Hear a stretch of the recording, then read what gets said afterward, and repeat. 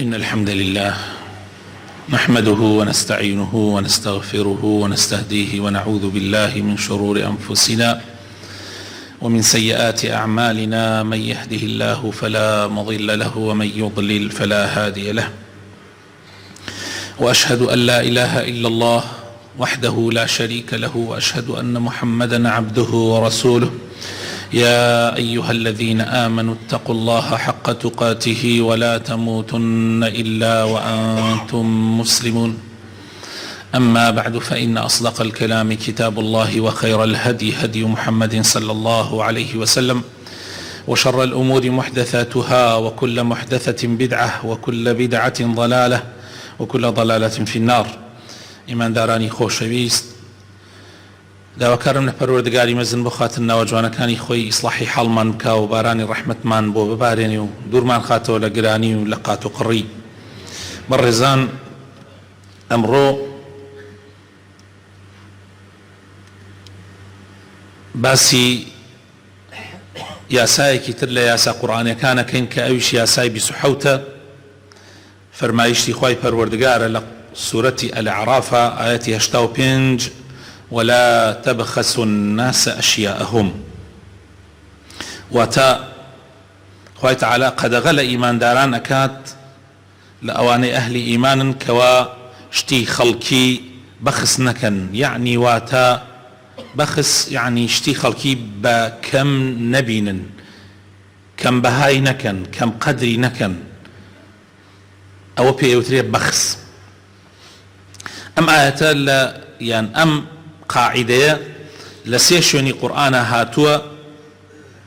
لە سێ شوێنی جیاجا، بەڵام هەرسێکی لە باسی قسەی شوعەیبە عەلەیهی السەلام لەگەڵ قەومەکەیە. خوای پەروەردگار پاش ئەوەی کە بە شوعەیب و قەومەکەی، يعني باسی شعیب و قەومەکەیمان بۆ ئەگەڕێتەوە، شعیب بە قەومەکەی خۆی ئەڵێت: یا قەوم اعبدوا الله ما لكم من إله غيره. ئەی قەومەکەم، تاکو تەنیا خوا بپەرستن، هاوبەشی بۆ بڕیار مەدەن، چونکە هیچ پەروەردگارێکی تر یان هیچ پەرستراوێکی تر نییە شایستەی پەرستن بێ جگە لە ئەڵڵاه، یعنی تەوحید. پاش ئەوەی باسی تەوحید ئەکا کە هەدەفی سەرەکی ناردنی هەرچی پێغەمبەران و بانخوازان هەیە لە دنیاە ئەوە بووە. پاش ئەوەی باسی ئەوە ئەکات، یعنی ئەوە هەدەفی سەرەکیە، ئەفەرمێ: قد جاءتكم بينة من ربكم. لەسەر ئەمەش بەڵگەی ڕوون و ئاشکرای پەروەردگارتان بۆ هاتووە، لەلایەنی پەروەردگارتانەوە، لەسەر ئەم مەسەلەی تەوحیدە. پاشان باسی مەسئلەیەکی گرنگ ئەکات کە لە ناو کۆمەڵگایە هەبووە لەو کاتە، ئەویش فەئەوفوا الکەیل والمیزان. ئەویش ئەوەیە کە بە جوانی کێشانە و پیاوانە بکەن و فێڵ مەکەن لە ترازووە. ولا تبخسوا الناس أشياءهم. شتی خەڵکی بەبێ نرخ مەگرن، یعنی شتی خەڵکی بێ قیمەت مەکەن، بەکەمی مەزانن، مەیشکێننەوە. طبعا ئەمە بەڵگەی ئەوەیە کە پێغەمبەران تەنها ئیشیان ئەوە نەبووە بەس باسی تەوحید بکەن، یعنی شتە گەورەکان باسکەن، بەڵکو پێغەمبەران شتە وردەکانی ناو کۆمەڵگاشیان باس کردووە. پێغەمبەران هاتوون بۆ ئیسلاح، ئیسلاحیش گەورە و بچووکە گرێتەوە، کەوا بوو ئەو مەسئلە زۆر زۆر گرنگە، ئاگامان لێی بێ.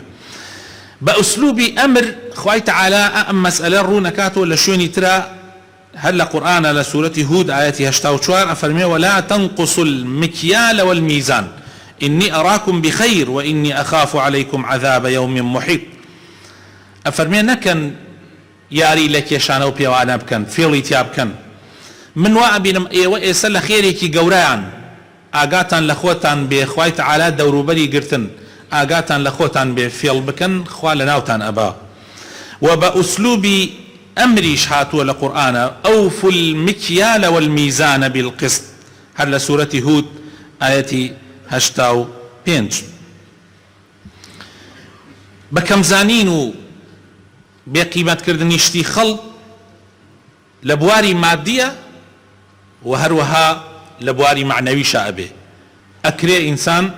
شتی خەڵک بە بێقیمەت بزانێت کەوابوو مەسئلەکە بەس تەنیا کڕین و فرۆشتن نییە بەڵکو شتی تریش ئەگرێتەوە و ئەم شتی خەڵک بە بێقیمەتکردن یان بەخسی شتی خەڵکی مەسئلەیەکی زۆر گرنگە و ئەمڕۆ لەناو کۆمەڵگای ئێمەشا زۆر بەربڵاوە بەخسی حقوقی خوا و پێغەمبەرەکانی خوا هەها ئەبینن ئەمڕۆ لەسەر ڕووی زەویە و لە هەموو زەمانێکیشە ئەمە بووە خەڵکی مافەکانی خوای پەروەردگار پێشێلەکەن و گەورەترین مافەکانیشی مەسئلەی تەوحیدە سەیرەکەی خەڵکی کوڕ بۆ خوا بڕیارەدەن جوولەکەکان ئەڵێن عوزەیر ابن الله عوزەیر کوڕ خوایە نەساڕاکان ئەڵێن المەسیح ابن الله مەسیح کوڕی خوایە مشریکەکان لە کاتی خۆیان و لە ئێسەشا خەڵکانێکی ئەڵێن مەلائیکە کچی خوایە یا جوولەکەکان ئەیانوت إن الله فقير ونحن أغنياء یا ئەیانوت یعنی خوا فەقیرە و ئێمە دەوڵەمەندین خوا پەنامان بدە یا ئەیانوت دەستی خوا نوقاوە يد الله مغلولة ئەمە هەمووی طبعا پێشێلکردنی مافەکانی خوایە و بێئەدەبیە بەرامبەر بە حقوقی خوا بەخسی مافەکانی خوای پەروەردگارە و هەروەها نیعمەتەکانی خوا بەیتە پاڵی غەیری خوا ئەوەش خۆی بۆ خۆی بەخسی مافەکانی خوای پەروەردگارە هەروەها بەخسکردنی مافی پێغەمبەرەکان خۆی بۆ خۆی بەخسکردنی مافی خوایە یعنی بەکەم تەماشاکردنی مافی پێغەمبەران و پێشێلکردنی مافەکانی خوایە چونکە پێغەمبەران خوا ناردوونی بەخسیان بەوە ئەبێ دژایەتیان بکەی ئینکاری پەیامەکەیان بکەی توهمەتی درۆیان بۆ هەڵبەسی ئەها قوڕەیشیەکان بە پێغەمبەرانەیان و یان بە پێغەمبەری خۆمان صلی الله عليه وسلم یان ساحرە کاهینە کەذابە مەجنونە هەروەها لەو بەخسانەی کە ئیمڕۆ مەشهورە لە ناو خەڵکە بەخسی حەقی سەحابەکانی پێغەمبەر صلی الله عليه وسلم طبعا ئەوە یەکێکە لە بەخسە زۆر بەربڵاوەکان لەم زەمانە و زۆریش خەتەرە ئەو سەحابانەی کە خوای تعالی هەڵیانی بژارد بیان کە بە هاوڕێی پێغەمبەرەکەی و بیان کە بە سەرخەری پێغەمبەرەکەی ئیمانیان بە پێغەمبەر هێنا صلی الله عليه وسلم و پشتگیریان کرد و خۆیان و ماڵ و سەروەت و سامانیان ئەوەیان کە هەیە ئەوەی کە هەیەە هەموویان کردە قوربانی دینەکەی خوا بۆ ئەوەی دینی خوا بگاتە پاش خۆیان تۆ نەعوذ بالله حق مافەکانیان بەکەم بزانی یان کەسانێک گوێنیان پێدەن نەعوذ بالله و عیبە دەنە پاڵی ئەصحابەکانی پێغەمبەری خوا صلی الله عليه وسلم و هەروەها بەخسی حەقی زانایان خەڵکانێکی ئەمڕۆ بە هەموو شێوەیەک دژایەتی زانایانی ئیسلامەکەن مع العلم زانایان وەرەسەی پێغەمبەرانن دژایەتیکردنی زانایان دژایەتیکردنی پێغەمبەرانە پاشان دژایەتیکردنی خوای پەروەردگارە بەخسیان بەوە ئەبێ بە بێقیمەت یان بە کەم تەماشایان بکرێ یا خەڵکانێکەیە لەم زەمەنە زۆر سەیرە زەمەنێکی زۆر سەیر ڕووی کردوێتە مسلمانان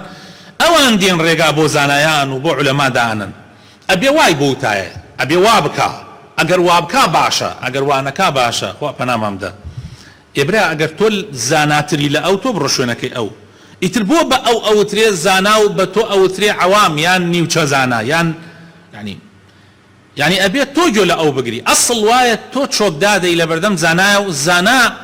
ڕێگا بۆ تۆ دانا نەک تۆ ڕێگا بۆ ئەو دانای ئەگەر وە گوێرەی تۆ وتاری نەدا وە گوێرەی تۆ قسەی نەکرد وە گوێرەی تۆ فتوای نەدا يعني وە گوێرەی ئارەزوەکانی تۆ کەوا بوو خراپە و ئەبێت دژایەتی بکرێ و ئەبێت سومعەتی بشکێندرێ و ئەمڕۆژ خۆتان ئەزانن ئەم وەسائیلە تازانە کە پێیا بووە واکە هەموو کەسێ ئەتوانێت ڕەئی خۆی دەرببڕێ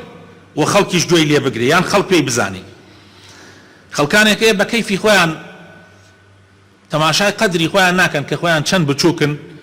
بە ئەصحابەکانی پێغەمبەری خوا صلی الله عليه وسلم یان بە عولەماکانی دوای ئەوان یان بە عولەمای ئێستا تر بەس تەسەلسل ئەڵێن ئەوانیش هەن و ئێمەش هەن ئەوانیش پیاون و ئێمەش پیاوین هم ڕیجال ونحن ڕیجال خوا پەنامان بدە عولەمایانی ئیسلام ئیتر لە هەموو زەمانێکە وەرەسەی پێغەمبەران پێغەمبەری خوا صلی الله علیه و سلم فەرمێت تەنانەت ماسیەکانی ناو بەحر مێرولە لە ناو کونەکەیە بەباشی باسی ئەوانەکە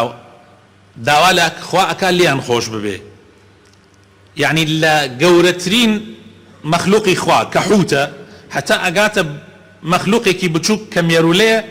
هەمووی ئیستیغفارەکا بۆ عولەما، بەڵام ئەمڕوا گوێن بە عولەما ئەدا و بەکەمیان نەزانی. خوا پەنامەمدە بەخوا برینە ئەوەی یەکێکە لە گەورەترین تاوانەکان. و هەروەها لە بەخسی عالم ئەوەیە کە علمەکەی بەکەم تەماشا بکرێ، نەڕۆی بۆ لای خەڵک نەنێرین لە خزمەتی عولەمایە فێر ببێ، یعنی لەبەر چاو خەڵکی خەن بۆی خەڵ نەچێت لەلایەن فێر بێ. خۆتانیش ئەزانن ئەگەر عولەما نەما کێ جێگەیان نەگرێتەوە؟ نەزان و نەفامەکان جێگەیان نەگرێتەوە. پێغەمبەری خۆشەویستمان صلی الله عليه وسلم باسی ئەو ڕۆژانە ئەکا کە خەڵک تووشی ئەو نەکبەتیە ئەبن، وەکو لە حەدیثە ئەفەرمێ خوای تەعالا ئەم علمە بەرز ناکاتەوە ئاوا هەڵیگرێ لە ناو خەڵکیە، بەڵکو ئەم علمە بەوە ئەبێ کاتێ عولەما ئەمرن کەس نییە جێگەیان بگرێتەوە. هەتا وای پێتێک کە عالم نامێنێ لە ناو خەڵکە، خەڵک ئەڕۆن خۆ خەڵک وەبێ عالمدانانشن وەبێ سەردانانشن، ئەڕۆن سەرێلێک ئەکەن بە سەرکردەی خۆیان کە شایسەنین کە نەفامن. جا کاتێک کە خەڵکی نەفامیش کرا بە سەرکردە و بە عالم لە ناو خەڵکە طبعا بە عالم مەشهورن، ئەو کاتە پێغەمبەر فەرمێ صلی الله عليه وسلم فسئلوا فأفتوا بغير علم فضلوا وأضلوا. ئەفەرمێ پرسیاریان لێ ئەکرێ، جا ئەوانیش ناڵێن نازانین چونکە نیمچە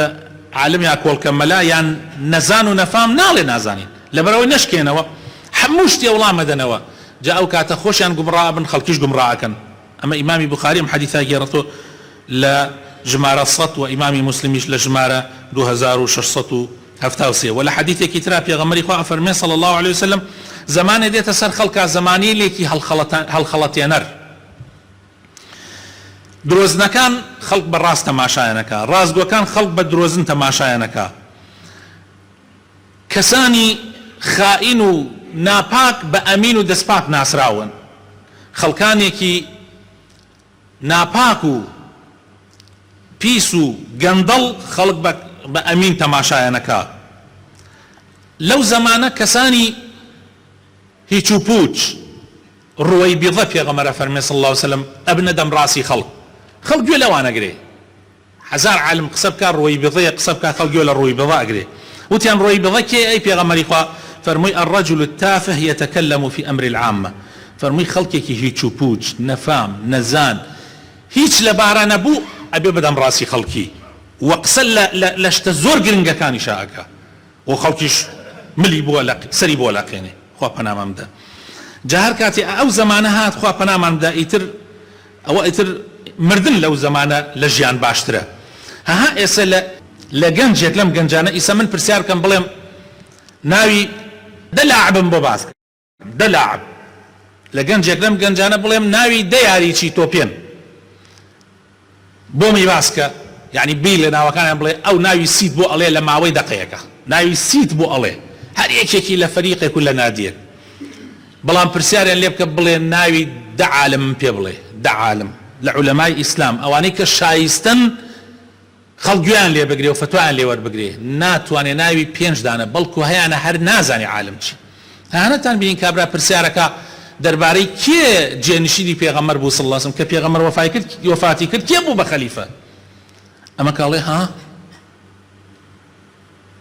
یەکێکەڵێ عومەری کوڕی خەتاب، یەکێکەڵێ نازانم کە، هەر یەکێک شتێکەڵێ، تەنانەت یەکێک ئەڵێ عزت دووری وڵەوانەی گوێتان لێ بوو بێ. ئیتر ئەگەر بە ئیستیهزا ئەوە وتی بێتی خوا پەنامەمدە خوا پەنامەمدە، ئەگەر بە گاڵتەکردنەوە بڵێ ئەوە ئیتر وتوێتی عزت دووری جێی پێغەمبەری گر بێ، ئیتر ئەوە خوا پەنامەمدە. ئەگەر من وا گومانە بم هەروە بالفعل ئەو وایزانیە، جا ئەوە ئەڵێ کابراوتی فەتامەت ئەکبەر، ئەو قوربەسەرەکە گەورەترە، یعنی قەنەعەتی وا بێ کە عزت دووری لە جێی پێغەمبەراتوە. خۆ بینیتانەوە خۆ گشتی لە فەیسبوک و لە تیکتۆک و لە یوتیوب ومانە گشتی بڵاوە بڕۆن تەماشایکن، خەڵک ئاوا ئەسحابەکانی پێغەمبەر ئەناسێ، ئیتر عالم چۆن ئەناسێ؟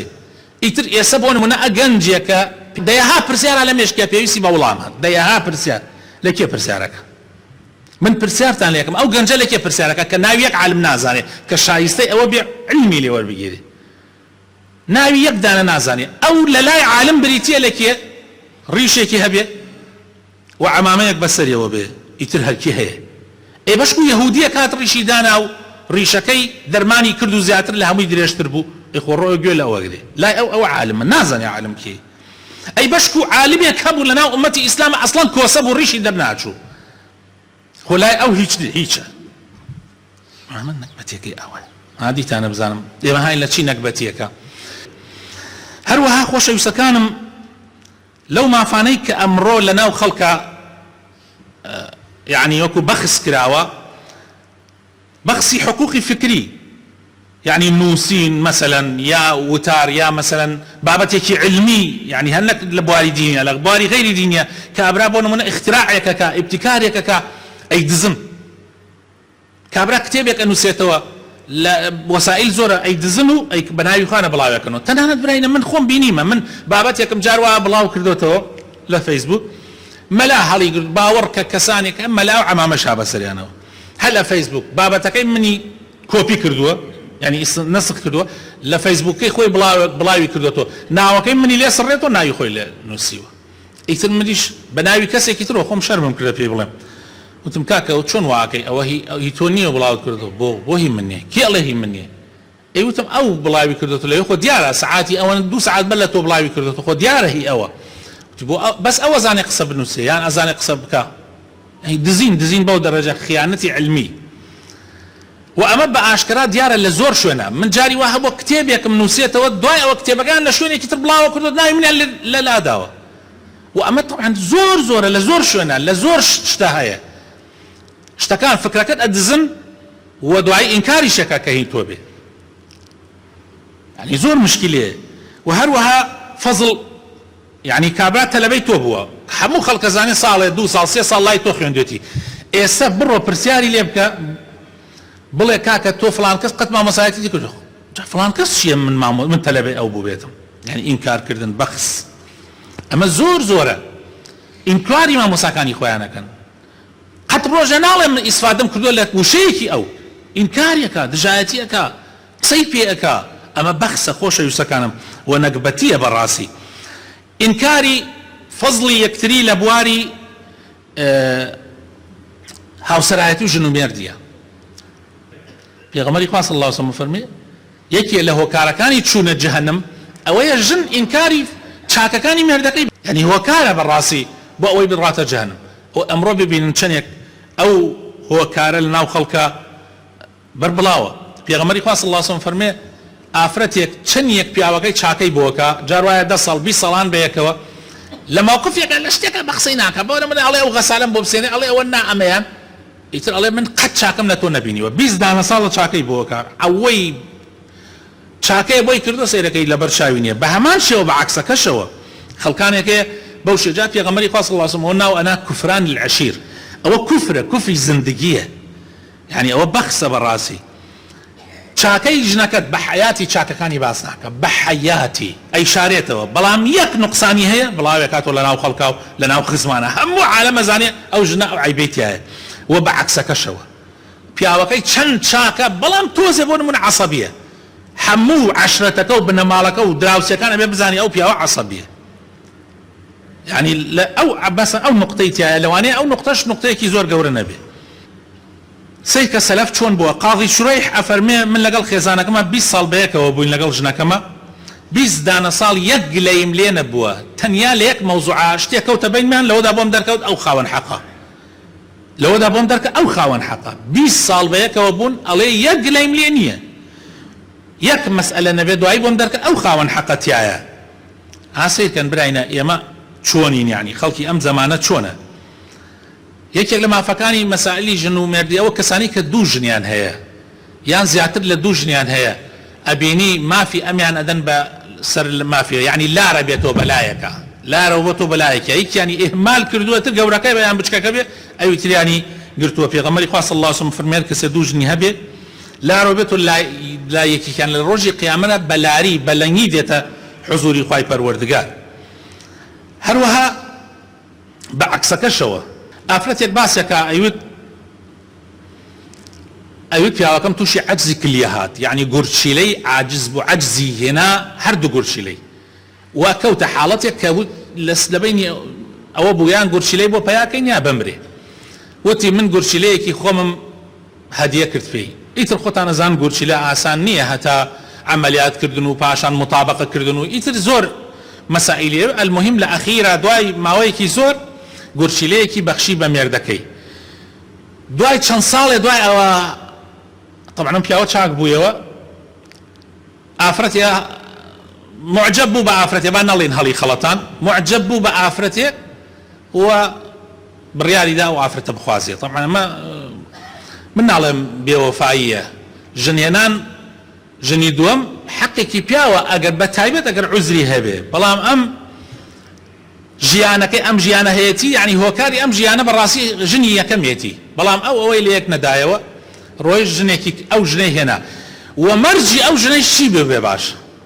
قەینا ئەوە هێنای مەرجی ئەوە بێت کە ئەم ئەبێ ژنەکەی یەکەمی تەلاق بدە، ئەو جاشووی پێکە. من گورچیلەکەی خۆم پێ هەدیە کرد، وتی ئەو وەرەقەی تەلاقەکەی بۆ ناردم. هل جزاء الإحسان إلا الإحسان؟ خوای تعالی فەرمێ پاداشی چاکە تەنها چاکەیە؟ تەماشاکە. يعني ئەم پیاوە ناوێنێ چی؟ ئەمە بەخس نەبێ، ئیتر چی بەخسە؟ يعني لە ڕاستیە خۆشەویستەکانم طبعا ئەو ژنەشت پێغەمبەری خوا صلی الله علیه وسلم فەرمێ حەڵال نییە بۆ هیچ ژنێک